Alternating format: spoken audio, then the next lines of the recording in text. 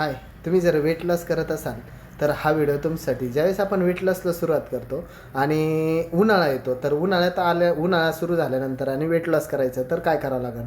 तर उन्हाळ्यात आहे ना, तसं पण आपलं वेट लॉस होत असतं. मसलमध्ये आणि पाण्यात कमी होत असतं. तर हे सगळं प्रोटेक्शन देऊन, शरीराला प्रोटेक्शन देऊन मसल लॉस न होता फॅट लॉस झाला पाहिजे, याच्यासाठी आपल्याला काही गोष्टी खाणं गरजेचं आहे. तर त्याच्यात मॅक्रोन्युट्रियंट म्हणजे काय?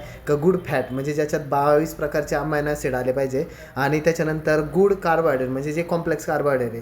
त्याच्यानंतर गुड फॅट म्हणजे ज्याच्यात ओमेगा 3 चांगले आले पाहिजे. तर अशा तिन्ही फॅट तुम्हाला तिन्ही गोष्टी गरजेच्या असतात जे मॅक्रोन्युट्रियंटमध्ये.